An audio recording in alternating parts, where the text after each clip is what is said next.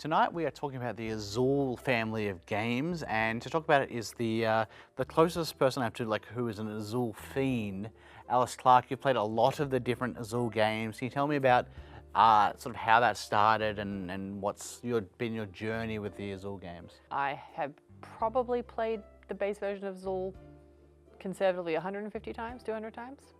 I am quite familiar with it. I do not win all the time. It is a drafting game where you're drafting different colored tiles and they're placing on your board. How you place it is going to get you different points. Yes. The different games have sort of different variations of how you are drafting and how you are placing. The base game is very popular and has been it's sort of a modern classic, if you will. One of those big games that's sort of in line when we talk about Ticket to Ride, Catan, Carcassonne were sort of the original. Now we've got sort of Azul and Wingspan sort of coming up through the ranks. So you've obviously played a lot of base Azul, liked it a lot.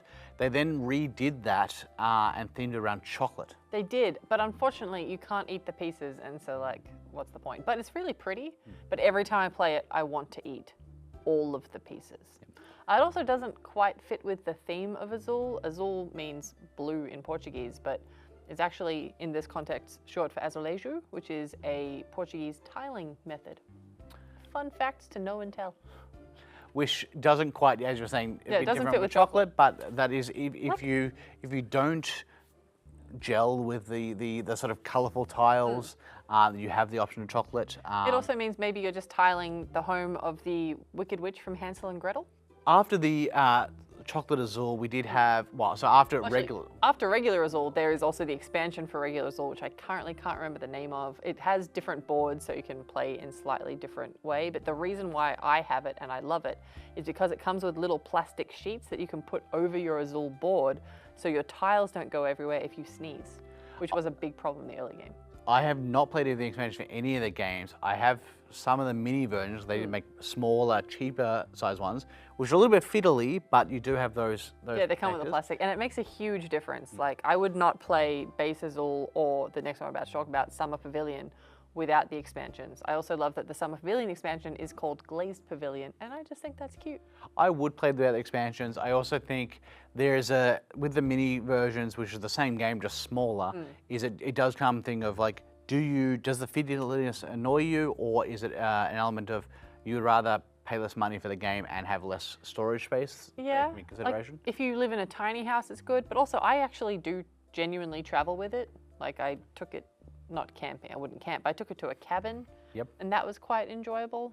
I almost took it to Warrnambool until I didn't have enough room in my suitcase. It's just nice. There's some convenience. So base Azul and Summer Pavilion, which was the first sort of the next batch of Azul games, had the mini version so far. Summer Pavilion is different shaped tiles. Yes, they're hexagon tiles, and so different placements as well, because you're doing it around a sort of a circle. As you sort of complete around things, you get bonuses. So they all have sort of slightly tweaked ways how you're drafting, how you're placing. I feel like they are different games. You probably could pick your favorite and just have that one, unless you really like that style of game, and then you're going to get more out of having the variation. See, I would go for, if it's a game that you play often, and it is a really good dinner party game or casual game, you could bring this game out at Christmas and your aunts and uncles would probably grasp it pretty quickly. It's good to have the variety, because Summer Pavilion is a little bit, I think it's a bit friendlier than regular Azul. It's harder to completely screw someone over. It is much easier to screw someone over in Stained Glass of Sintra, which is good to play with cousins. Yeah, that is the third in the series, where again, drafting and placement just changes a little bit, so it tweaks how you play the game. There's also little kind of board tiles that you have to collect to be able to make your board and to place the tiles better. It is much easier to make other people lose points though. It is not a game you play with people with whom your relationship is strained, unless you want to make it more strained. Now the game after this I haven't played, which is Queen's Garden. I've heard that's a bit more gamery. Can you tell me about it? So I really love Queen's Garden. It's another one where you have to collect little board tiles to add to your garden. It's got the hexagon pieces. It's a nicer, friendlier game. There are more ways to get the tiles that you want even after a round ends. So if you surround a fountain or a statue, or I think a bench, you can then get like 3 tiles, 2 tiles, or 1 tile, which really, really helps you in the end game. Okay, so Summer Pavilion has a similar thing as well, that you can get some bonus tiles as well. Yeah, but it feels fairer. Okay. So Queen's Garden's probably the game I've played equally with Summer Pavilion, but I played it a lot more recently than I would Summer Pavilion. Whereas base Azul is just forever. Yeah. And then finally, just a new release now is Azul Duel, which is a 2-player only version, which has some mechanics we've seen from some of the other games. How's the experience been of that? I really love Azul Duel. I think it's a terrible first entry to the series. I think if you're thinking of starting, this is not the place to start because it is quite fiddly. There are a lot of extra elements. You get things off the sun factories, and then you have to move things to the moon factories, and then once you go through the moon factory, you have to flip a thing, and then you can get special tiles, and you have to like trade a moon token to get another It's a lot, but if you're already very used to Azul and want to add an extra dimension and you usually just play 2-player, it's really good. You can have so much strategy in there. There's so many different ways you can either try and trip up your partner or just try and help yourself. I think you're right about, because I think when I was trying to learn the game with Prospect, because we're going to feature on the show, it was sort of like, we've got to go through this, and we were reading off the rule book, and there is a number of things where you're reading of, this is the turn order, this is how things move around, and it seems like there's a lot of fiddly pieces. And then once you start playing, or if you'd watched a video to learn the rules, you're like, oh, I can't. It does make, it's not as hard as it seems. So it's not like it's an incredibly complex game, but there is a little bit to it, but it does sort of logically flow once you've got it going. I also think with all the Azul games, as much as I love them, none of them have nailed the rule book.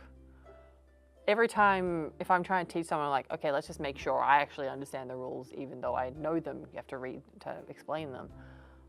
I immediately get confused again. It just is not written in the way that I process information. And so it's quite often you need to find a video to learn how to play a game. This one, I think it's an essential rather than an optional nice thing.